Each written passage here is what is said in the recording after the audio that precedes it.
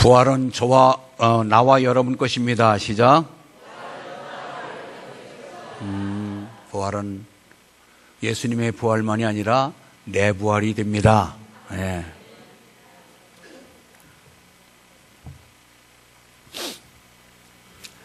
성경에 부활에 대한 이야기가 한 400회 정도 나옵니다.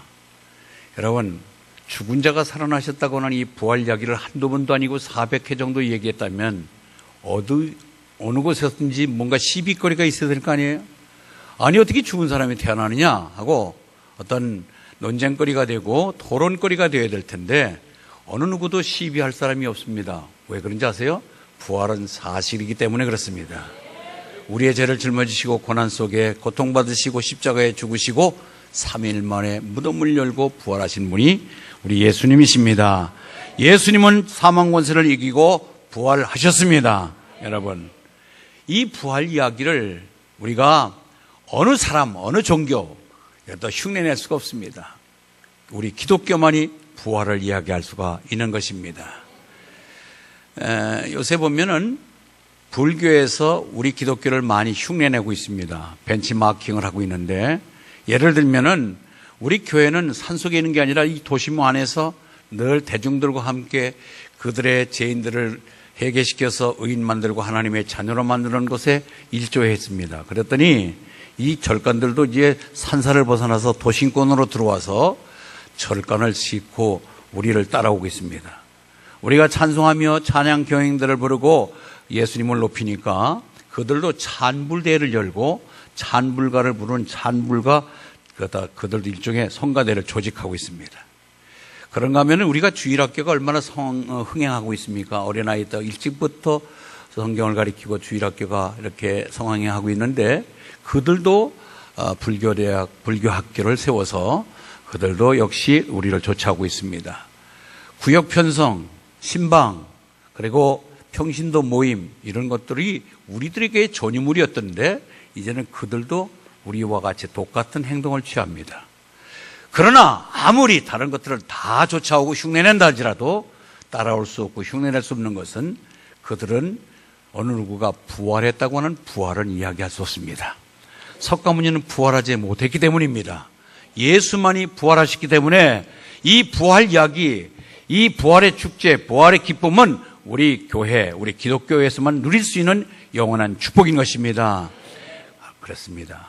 여러분, 이와 같이 놀라운 은혜와 사랑을 우리가 덧입고 사는데 천지창조가 없는데 영생을 이야기할 수 있습니까? 어떻게 부활이 없는데 구원을 얘기할 수 있어요? 그렇기 때문에 이와 같이 놀라운 축복을 누릴 수 있는 것은 저와 여러분 것입니다. 그런데 이와 같이 개개인이나 교회가 또 이렇게 우리 모두가 부활신앙으로 왕성했을 때, 부활신앙으로 충만했을 때는 그 시대가 르네상스 시대, 부흥하는 시대였습니다. 반대로 말하면 부활신앙이 쪼들어들고 부활신앙이 없어지고 부활에 대한 기대가 없으면은 교회도 나라도 그 가정도 개인도 별로 신앙의 맛이 느껴지지 아니하고 그냥 그런 정도로 넘어가고 있었습니다. 여러분, 지금 우리가 나 개인으로 볼 때 내가 부활신앙으로 정말로 넘치는 은혜가 있는가? 예수님의 부활처럼 나도 부활의 생명을 가졌기에 나도 여기서 끝이 아니라 죽어도 살고 영원히 죽지 않는 부활의 신앙을 갖고 있다면 내 생활은 더욱더 활력 넘치는 삶이 있을 줄 믿습니다. 우리 가정은 달라질 것입니다. 우리 교회도 마찬가지예요. 부활신앙으로 왕성한 신앙이 꾸며져 있는 교회라면은 교회가 역동적으로 움직이며 살아있는 움직이는 놀라운 은혜가 있을 줄 믿습니다. 그래서 다시금 2018년도 부흥회를 기점으로 이 부활절을 기점으로 하여 여러분의 신앙이 부흥되며 우리 교회에 다시 한번 부흥이 있기를 주의 이름으로 축원합니다. 여러분, 부활신앙은 이처럼 세상을 이기고 죄악을 이기고 당당하게 승리를 안겨줬던 것이 부활입니다. 이처럼 우리가 부활신앙을 가졌다고 하는 것은 대단한 축복임을 늘 자랑하시길 바랍니다. 그런데 부활하신 주님께서는 우리에게 4가지의 귀한 선물을 주셨습니다. 오늘 그 선물 하나하나를 정말 묵상하면서 은혜 받기를 바랍니다. 첫 번째 주님의 부활 후 선물은 오늘 19절입니다. 우리에게 평강을 선물로 주셨습니다. 자, 19절 읽습니다. 시작. 이날 곧 안식고 첫날 저녁 때 제자들이 유대인을 두려워하여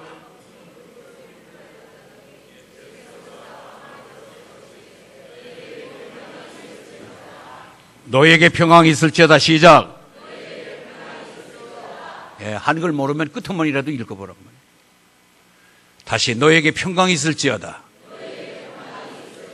아멘. 예수님이 잡혀가셨습니다. 소위 말해서 헤드, 지도자가 잡혀갔습니다. 그가 제목도, 그 잡혀간 제목도 얼마나 가장 중죄인이 죽어야 될 십자가에 이제 형을 당하시고 돌아가셨습니다. 그러니 제자들이 야, 다음번에는 우리 차례 아니냐.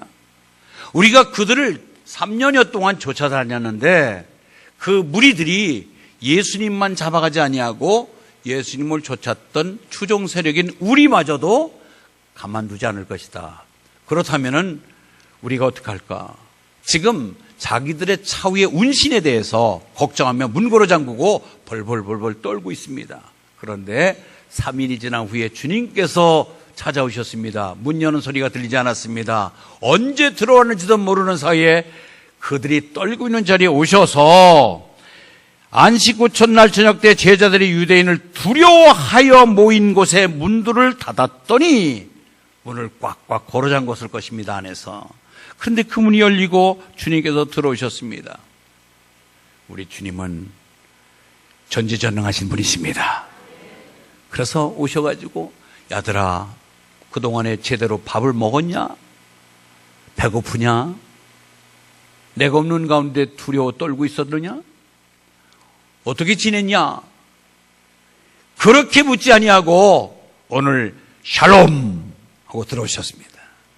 너희들 지금 두렵지? 겁나지? 잡혀갈까 봐 심히 두렵지? 괜찮아. 이제부터는 마음의 평안을 누려라. 그 뜻입니다. 할렐루야. 여러분, 우리가 최고의 축복은 샬롬입니다. 여러분, 큰 소리 내고 뭔가 모르게 우리가 쟁취한 것 같지요? 뺏은 것 같지요? 이룬 것 같지요? 성공한 것 같지요? 그러나 마음에 샬롬이 없으면 패배자입니다.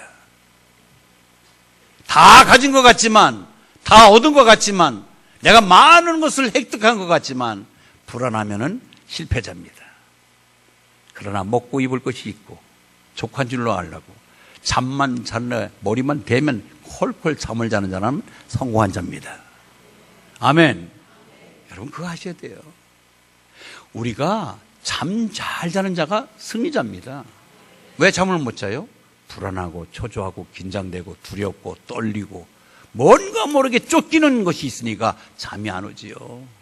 우리는 잠잔다는 것, 잠이 온다는 것, 평안하다는 것, 이건 굉장히 큰 축복인데 의도적으로 술을 먹고 수면제를 먹고 그것이 아니라 하나님이 주시는 평안 속에 그냥 하나님이 주시는 놀라운 은총으로 인하여 여러분들이 평안이 넘친다면 이보다 큰 축복이 어디 있겠습니까? 그래서 오늘 우리에게 가장 큰 축복을 주신 부활의 주님께서 주신 선물은 평안의 축복입니다. 여러분 우리 모두의 평안 샬롬이 여러분 것이 되기를 주의 이름으로 축원합니다. 어떤 위험과 어떠한 힘든 일과 어떤 두려움이 있으라도 그것이 나에게 엄습되어서 나를 짓누르지 아니하고 그걸 비집고 일어나서 당당하게 승리하며 이길 수 있는 여러분의 성공, 그것은 샬롬입니다. 맞습니다. 평강은 근심과 염려가 없는 평안한 상태를 말합니다. 불안, 초조, 염려, 근심, 걱정, 한숨, 눈물, 아픔, 실패, 질병, 절망, 죽음을 이기고 이것에 눈을 누리지 아니하고 당당히 일어설 수 있는 용기들, 이것은 샬롬의 축복을 받은 자만이 누릴 수 있는 축복인 줄 믿습니다. 이제 다른 어려움이 일어난다 하더라도 어떤 어려움이 짓누른다 하더라도 나를 하나님의 사랑에서 그의 품에서 우리를 끊을 수가 없는 것입니다. 아멘. 그렇습니다. 그래서 이제 우리를 힘들게 하고 초조하게 만들고 겁나게 만들고 두렵게 하는 것은 죄 때문입니다.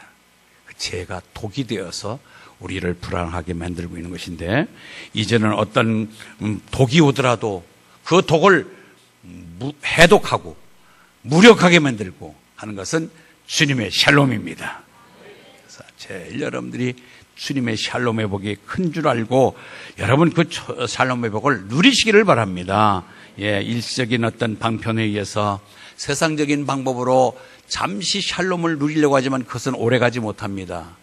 여러분 새 집 갖고 새 차 사고 새 옷 입고 새 입어를 하고 새 목욕을 하고 그때는 잠시 뭔가 된 것 같지만 조금 있으면 원위치 되잖아요.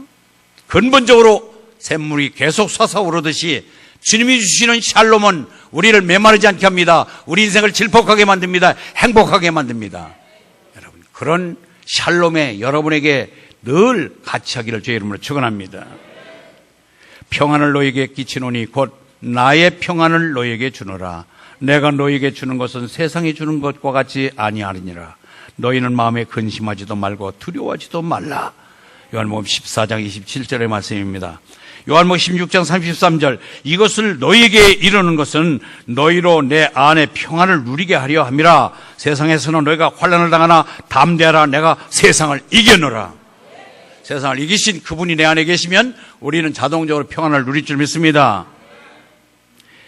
두 번째 선물은 우리 주님이 우리에게 주신 부활 후에 주신 선물 두 번째는 성령입니다. 오늘 22절에 있습니다. 22절 본문 22절 시작. 이 말씀을 하시고 그들을 향하여 따라서입니다. 성령을 받으라. 이건 권고사항이 아니라 의무사항이에요. 선택사항이 아니라 이것은 필히 이행할 사항입니다. 성령을 받아야 됩니다. 성령을 받지 않으면은 여러분들은 그리스도의 역할, 그리스도인의 역할을 감당할 수가 없습니다. 예수님의 제자들을 볼 때에 예수님 3년 반 동안이나 예수님을 쫄쫄거리고 따라다니며 예수님의 이적 기사를 친히 목도하고 경험한 사람들입니다. 그런데도 두려울 때 쫓겨가고 도망치고 아주 무력한 존재가 됐는데 성령을 받고 난 이후부터는 그들은 담대한 자가 됐습니다. 두려움을 결코 두려움이 그를 사로잡지 못했습니다. 한 번 나가서 전달 때 베드로는 3,000명이 돌아와 회개하고 세례를 받습니다. 이와 같이 무능력한 자도 성령 받으면 능력자가 될 줄 믿습니다. 의심이 되고 불신이 되고 뭔가 모르게 부정적이고 그런 사람이 성령 받으면요 모두가 믿어지고요 긍정이 되고요 찬성이 되고요 더욱더 성실성을 갖고 교회에 임할 줄 믿습니다. 믿음의 사람이 되는 것입니다. 성령 받아야 돼요. 옆에 본 인사 나눕니다. 우리 성령 충만합시다. 성령 받읍시다. 성령을 사모합시다. 성령을 사랑합시다. 아멘. 성령 받으면 달라집니다. 성령 받으면 다른 사람이 됩니다. 성령 받아야 돼요. 예수님의 제자들을 보세요. 그렇게 지근거리에서 예수님에게 교훈을 받고 경험을 쌓았지만은 그것은 아무 효력이 없습니다. 결정적인 순간 예수님이 십자가에 못 박힐 때 다 도망갔습니다. 다 비겁자가 됐습니다. 다 문거로 잡고 지금 벌벌 떨고 있는 존재가 됩니다. 그런 그들이 성령 받은 후에 완전히 달라지잖아요. 여러분 마음속에 들어도 뭔가 모르게 감동이 없는 사람, 설교 시간에 잠만 자다 가는 사람들, 오늘도 그냥 시간만 때우다 가는 사람들이 어느 날 순간에 성령의 만지심 속에, 성령의 건드심 속에 내가 터치만 되면 완전히 달라져요. 성령 받은 사람들은 먼저 표정이 달라집니다. 언어가 달라집니다. 생각이 달라집니다. 여러분이 앉았던 자리가 달라집니다. 여러분이 앉았던 자리에 냄새가, 향기가 납니다. 여러분들이 그리스도의 편지로서 여러분들의 편지를 읽는 자들이 신바람 나게 만듭니다. 그게 성령 받은 사람의 증거예요. 성령 받은 사람은요, 이와 같이 여러분 주변이 달라집니다. 나도 달라지지만 나로 인한 내 주변 사람들이 달라짐을 느끼게 됩니다. 성령 받으면 자꾸 만나고 싶고 곁에 두고 싶고 오래 있고 싶습니다. 그러니 내가 성령 받으면 나한테 사람이 끌어들입니다. 나를 좋아하는 사람이 많습니다. 이처럼 성령은 너무나도 좋은 능력과 그리고 이와 같이 아름다운 모습을 우리가 성령을 통해서 알 수 있는데 이 성령을 사모하고 사랑하시길 바랍니다. 여러분, 우리 대통령이 사는 집을 청와대라고 얘기합니다. 미국의 대통령이 사는 사람은 백악관이라고 그러고, 영국은 버킴궁이고, 그 다음에 소련은, 러시아는 크레므린 궁전이 있습니다. 성령이 사는 저는 예수 믿는 우리들입니다. 내 안에 성령이 계십니다. 아멘. 그런데 여러분, 청와대를 아직 난 못 가봤어요. 생각만 해도 청와대가 지저분할까요? 깨끗할까요? 예, 잔디밭이나 그 모든 수목이나 하나하나가 얼마나 질서정연하게 깨끗하게 청소되어 있지 않겠어요? 왜? 존귀한 대통령이 계시기 때문에. 그렇게 아름답게 꾸미고 깨끗하게 청소되어 있을 대통령 집도 그런데 성령이 계실 집을 지저분하게 해서 되겠어요? 성령님은 거룩한 영입니다. 그리스도의 영입니다. 하나님의 영입니다. 아멘. 그렇기 때문에 성령께서는 깨끗한 집에 거하십니다. 여러분들이 내가 성령이 충만하냐 안 하냐, 성령이 계시냐, 내 주에 계시냐 아니시냐, 내 영적인 상태, 마음의 상태가 더럽고 추하면 성령이 계셨던 성령도 나가십니다. 성령은 늘 찾아오십니다. 우리 안에 거하시길 원하십니다. 때문에 우리가 영으로 깨끗할 때 성령 충만합니다.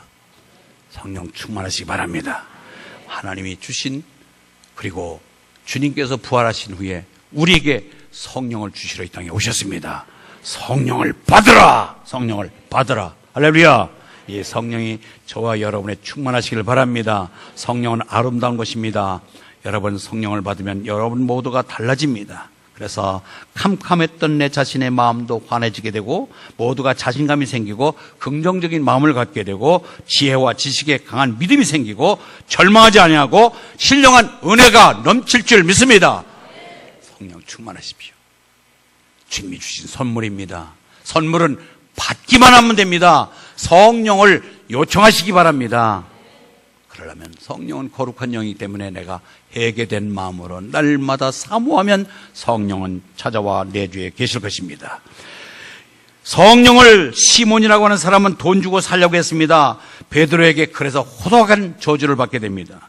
베드로가 이르되 내가 하나님의 선물을 돈 주고, 네가 하나님의 선물을 돈 주고 살 줄로 생각하니 내 은과 내가 함께 망할지어다.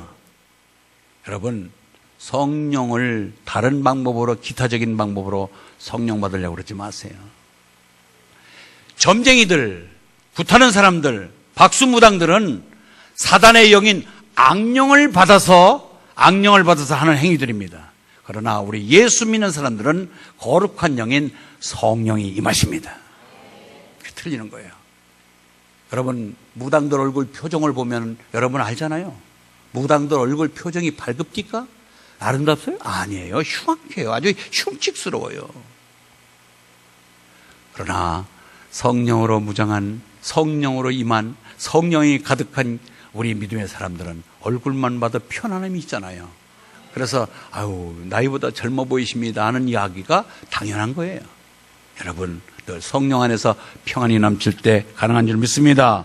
세 번째 주시는 선물은 제3입니다. 23절일까요? 23절 보겠습니다. 시작. 너희가 누구의 죄든지 사하면 사하여질 것이요 누구의 죄든지 그대로 두면 그대로 있으리라. 아멘.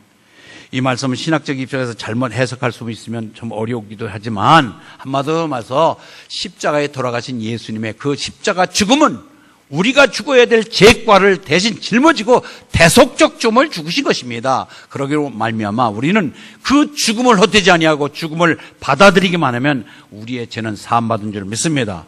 예수 그리스도의 십자가의 보혈만이 우리의 죄를 씻을 수가 있는 유일한 길임을 믿으시기 바랍니다. 주님의 보혈로 인하여 죄사함을 받고 구원을 우리는 얻을 수가 있는 것입니다. 어떤 다른 방법이 없습니다. 다른 이름으로 우리는 구원을 얻을 수가 없습니다.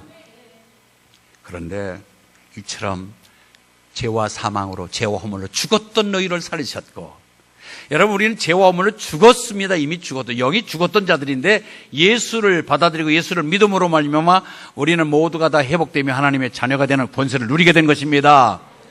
그래서 우리가 다 용서받은 거예요. 과거, 현재, 미래에 이르기까지 우리의 죄과가 다 용서받고 탕감되었습니다. 그렇기 때문에 우리는 용서받은 1만 달란트를 용서받은 그런 중재인이었던 우리들이 이제는 내 주변에 있는 내 형제들에게 100데나리온의 죄를 지은 사람을 용서해 줘야 돼요.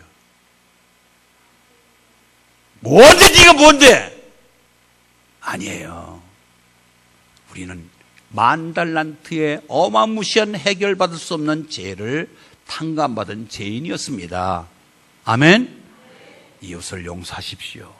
용납하십시오. 수용하십시오. 품어주십시오. 언제까지 어디까지 가자는 얘기예요? 아니잖아요.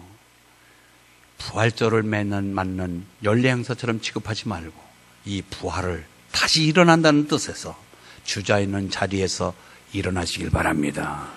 다시 벌떡 일어나셔야지요. 언제까지 퍼지고 앉아가지고 될 대로 되라는 식으로 막 가는 인생을 살려고 합니까? 우리는 그렇지 않잖아요. 내 안에 성령님이 탄식하잖아요. 그 성령님을 다시 한번 기쁘게 해드리는 저 여러분 되시길 바랍니다. 너희가 각각 마음으로부터 형제를 용서하지 아니하면 나의 하늘 아버지께서도 너희에게 이와 같이 하시리라. 여러분, 용서받은 거 다 원위치 된다는 얘기예요. 내가 용서받고 형제를 용서하지 못하면 내가 받은 용서 내가 다시 원위치 시키겠다는 건데 그래도 좋아요? 아니잖아요. 다시 원위치 돼서 죄인으로서 돌아가서 제 형벌을 그대로 수용하겠다는 그런 배짱 어디서 나오는 거예요? 그건 사단이 주는 마음 아니겠습니까? 이제는 우리가 다시 한번 내가 어마무시한 죄를 용서받고 나 때문에 예수님 돌아가셨고 나에게 영원한 소망을 주셔서 부활하신 그분을 내 가슴에 믿고 산다면은 적어도 우리는 이 말씀에 순종할 수 있는 아름다운 미덕을 발휘하시길 바랍니다. 한 소녀가 아버지와 함께 성지순례 이스라엘을 갔는데 테러리스트들이 쏜 총에 의해서 아버지가 현장에서 죽습니다. 아버지가 돌아가신 모습을 지켜본 딸은 내가 이 원수를 갚겠노라. 내가 필히 우리 아버지를 쏴 죽인 원수를 찾아서 보복하겠다. 그래서 히브리어를 공부합니다. 그는 히브리어를 부지런히 공부하고 열심히 공부해서 그는 드디어 워싱턴 포스트지의 기자로 들어갑니다. 워싱턴 포스트지 기자가 된 이후에 자청해서 파견 근무를 이스라엘로 보내달라고 그러니까 원해서 그는 드디어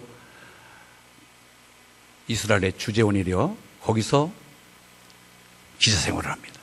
12년 동안 집요하게 당시의 사건 일지를 읽으면서 범인의 진위를 찾아놨습니다. 드디어 12년 만에 아버지를 쏜 저격범 테러리스트가 누군지를 찾아냅니다. 그는 지금 범인은 감옥에 있고 자녀와 그의 가족들은 지금 바깥 생활을 하고 있습니다. 드디어 출소 날짜까지 알고 있습니다. 어떻게 제거시킬까지 구체적으로 그는 모의하고 있었습니다. 그래서 이제 몇 월 며칠 날 어떻게 처리하겠노라고 계획을 세우고 구체화하고 있는 가운데 성령께서 그에게 음성을 들려주십니다. 딸아, 내가 원수 갖고 싶지? 그러나 진정한 원수와 보복은 용서하는 것이다. 그리고 그로 하여금 회개케 하는 것이 너의 원수 갚는 길이다. 자꾸 아닙니다. 저는 벌써 이것 때문에 평생을 여기다 걸고 아버지의 원수를 갚기 위해서 내가 지금까지 준비해 왔는데 무슨 말씀하십니까? 그런데 성령께서 계속해서 말씀하시는 거예요. 진정한 복수는 그를 용서하고 회개시키는 것이다. 그래서 결국은 성령의 그 감동에 무릎 꿇고 두 손 듭니다. 하나님, 알았습니다. 그리고 그 가족에게 본인에게 내가 누구라는 신분을 밝힙니다. 그러면서 성령께서 일러주신 말씀을 전합니다. 나는 당신을 죽이고 싶고 원수 갖고 싶으나 하나님께서 성령께서 당신을 용서하고 회개시키라는 하나님의 사인을 받았습니다. 당신을 용서합니다. 전적인 내가 아닌 성령께서 하나님께서 말씀하셨습니다. 당신 예수 믿고 내가 용서함 같이 당시도 많은 주변의 사람들을 용서하십시오. 그가 바로 워싱턴 포스트지의 유명한 기자 롤라 블루멘펠트라고 하는 사람입니다. 그는 그래서 이제 기자 생활을 마치고 미국으로 귀국했다는 얘기가 있습니다.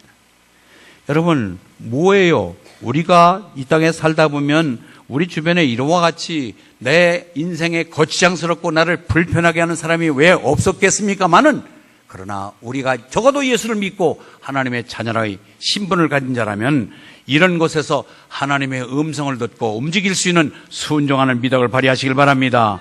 용서해야 승리하는 것입니다. 용서는 최고의 복수고 최선의 복수인 것입니다. 용서가. 누가복음 23장 34절 이에 예수께서 이르시되 아버지께서 저들을 사하여 주옵소서 자기들이 하는 것을 알지 못하니이다 하시니라. 사실상 자기가 하는 짓도 무엇을 하는지도 모르고 부안해동에서 괜히 옆에 가서 손들고 괜히 그 자리에 참석했다가 배락 많은 수가 참 많아요. 뚜렷하게 따지고 들어가면 뭐 잘못한 거 뭐 발견한 거 있어요? 그렇지 않잖아요. 작은 거 가지고 괜히 부안해동하고 사람 말 듣고 괜히 영적으로 다쳐서 피해 있고 또 하나님과의 등거리지면서 하나님의 복을 내치는 불행한 일이 없도록 우리는 무조건 제3을 받은 자들답게 죄를 용서하고 하나 되기를 주의 이름으로 축원합니다. 마지막입니다. 마지막 부활하신 주님께서 우리에게 주신 선물은 부활의 축복입니다. 예수님만이 부활이 아니라 그 부활의 생명체를 믿는 저와 여러분 우리 모두가 부활의 소망 속에 살아감을 믿으시 바랍니다. 요한복음 11장 25절 26절 나는 부활이요 생명이니 나를 믿는 자는 영원히 나를 믿는 자는 죽어도 살겠고 살아서 나를 믿는 자는 영원히 죽지 아니하리니 이것을 내가 믿느냐? 이것을 믿습니까? 예수님만이 부활이 아니라 내 부활, 나의 부활을 믿습니까? 그런데 점점 앞서 말했듯이 부활 신앙이 투철한 개인, 가정, 교회는 부흥하며 르네상스 시대가 열린다고 얘기했습니다. 다시금 여러분 부활의 예수님이 여러분의 부활이 되기를 주의 이름으로 축원합니다. 나도 부활합니다. 그러나 부활도 두 가지 종류가 있습니다. 선한 일을 행한 자는 생명의 부활로, 악한 일을 행한 자는 심판의 부활로 나오리라. 전자인 생명의 부활로 태동되기를 주의 이름으로 축원합니다. 우리는 적어도 선한 일, 예수를 믿고 예수님 말씀에 순종하고 하나님을 따랐던 자녀로서의 우리는 생명의 부활을 보장받은 자, 영생을 얻은 자, 그렇기 때문에 더욱더 신바람 나는 오늘의 삶이 될 줄 믿습니다. 왜 예수 믿는 게 재미가 없어요? 왜 얼굴 이상 씁니까? 왜 몸이 건조해요? 아니잖아요. 우린 여기서도 하나님 나라가 임할 수가 있지만 영원한 하나님 나라에서 주인공으로 살아가는 나의 신분에 대한 미래를 내다볼 때마다 얼마나 기분 좋은 삶이 있겠습니까? 잠시 이 땅에서 두려움도 있고 분노도 사고 이 세상은 불확실한 그리고 사단 마귀가 장악하고 있기 때문에 여기에 소망을 두지 말고 부활의 소망을 가진 자는 먼 미래를 내다보면서 오늘을 이겨가는 충분한 이유가 됩니다. 아멘. 그래요. 이제는 어느 종파나 어느 종교나 어느 누구가 부활을 흉내낼 수 없고 부활이 없다고 부정할 수도 없는 것입니다. 2000년 동안 이미 우리는 부활의 역사를 늘 맛보면서 부활을 기대하고 있고 마라나타 주 예수여 어서 오시옵소서 하고 우리는 그 부활의 주님을 맞이할 것을 지금 준비하고 살아가는 것입니다. 40회 이상씩 부활에 대한 언급이 있었지만 어느 누구도 시비 붙을 사람이 없고 부활을 기정사실화하고 있는 것입니다. 그런데 부활을 잘 믿지 못하니까 주님께서 너 죽은 자를 살린다는 것이 그렇게 안 믿어지냐? 하고 그 당대의 사람들에게 본보기로 3명의 죽은 자를 살린 사건이 있습니다. 이미 장례를 치러가지고 몸에서 냄새가 나는 나사로를 살려냈습니다. 그런가 하면은 나인성 부하비 아들이 장사 지낸 지 꽤 오래됐는데 청년아 일어나라 하면서 그 나인성 부하비의 아들을 살려냈습니다. 또 한 번 해당장 야이로의 딸이 죽어있는 그 시체 앞에 달리다금 하시니 이에 번역하면 소녀에 일어나라. 다시 그 딸도 살려냈습니다. 주님께서 부활에 대한 귀한 진리를 가르쳐도 깨닫지 못하니까 부활이 이거야. 이것이 죽은 자가 일어나는 것이 부활이 하고 그들에게 부활의 모형을 보여주신 것입니다. 이제는 우리는 이처럼 나도 부활하고 영원히 생명의 부활로 하나님 나라의 영생의 부활로 그래서 주인공이 됨을 믿음으로 받아들이시며 그리고 그 믿음답게 우리는 당당하게 살아나가야 될 줄 믿습니다. 바울은 확신에 찬 음성으로 부활을 외쳤습니다. 만일 그리스도 안에서 우리가 바라는 것이 다만 이 세상의 삶뿐이면 모든 사람 가운데 우리가 더욱 불쌍한 자유로다. 고린도전서 15장 19절이에요. 우리는 불쌍한 자가 아닙니다. 부활이 확실하기 때문입니다. 이 생뿐이면 여기서 존재하는 눈 깜짝 사이에 없어질 여기만이 존재하는 것으로서 여러분 생을 전부로 하고 이것이 내 인생의 전부란다면 그렇게 알고서 예수를 믿는다면 우리는 가장 불행한 사람이에요. 왜? 세상 재미도 못 보고 미래도 없고 뭐 때문에 그렇게 살아요? 차라리 부활이 없으면 마음껏 죄짓고 마음껏 활개치며 마음껏 향락을 즐기며 마음껏 우리가 살아야 될 거 아니에요? 그런데 지금 우리는 죄 짓는 것도 제대로 못 짓고 왜 그래요? 부활 때문이잖아요. 그런데 우리는 불쌍한 자가 아닙니다. 예. 데이비드 스티븐슨이라고 하는 공군 중이 젊은입니다. 시험 비행을 하다가 정말 이 계획된 비행로를 이탈해가지고 비행을 하다가 산에 어디서 이게 비행기가 행방불명이 돼버린 거예요. 54일 동안 이 비행기를 찾느냐고 백방으로 노력했지만 결국은 비행기가 떨어진 장소도 모르겠고 비행기의 잔해가 한 군데서도 발견되지 않았습니다. 그래서 이는 정체불명, 이 사람이 비행기를 가지고 어디로 숨어버렸나 보다. 그래가지고 완전히 이제는 행방불명 처리돼 버리고 명예에서 그의 명단을 빼버린 거예요. 예를 들어서 추락을 해서 순직을 했다면 그의 명예는 보존되고 그럴 텐데 비행기 잔해도 발견하지 못하고 어디 떨어졌는지도 모르고 그래서 그는 완전히 불명예적인 면으로 그의 이름이 삭제됐습니다. 그래서 어렵사리 54일 만에 이 사람이 다시 살아서 생활해서 돌아와서 나 아무개요 하니까 아무도 안 믿어주는 거예요. 이미 너는 이 세상에서 없어진 존재고 너 명예마저 삭제된 것이다. 여러분, 이처럼 실종되고 죽었다고 하는 사람이 다시 살아와서 자기의 모든 정체를 다시 회복되고 한다는 것이 얼마나 어렵다고 하는 것을 여기서 우리가 알 수가 있는데 하물며 예수님이 죽으셨다가 살아나서 우리 곁에 계시다 라고 하는 이야기가 쉽게 받아들여지지 않는다는 것은 우리가 이해가는 얘기입니다. 그러나 도마처럼 나는 창자국, 못자국을 만져봐야 믿겠다. 그럴 때에 주님께서 그를 찾아와 주시고 내가 본 거로 믿느냐? 보지 못하고 믿는 자는 더 크니라. 우리는 성경을 통해서 예수님의 부활을 알았습니다. 우리는 성경대로 믿습니다. 우리는 예수님의 아픈 모습을 그리고 생전의 모습을 그의 창자국 못자국을 보지 못하고 믿습니다. 그러나 주님께서 말씀하셨습니다. 보지 않고 믿는 자는 더 큰 믿음을 가졌다고 얘기하니 우리가 큰 믿음의 소유자인 줄 믿습니다. 의심하지 않고 예수님의 부활은 확실하고 사실적이고 성령께서 우리에게 깨닫고 알려주셨습니다.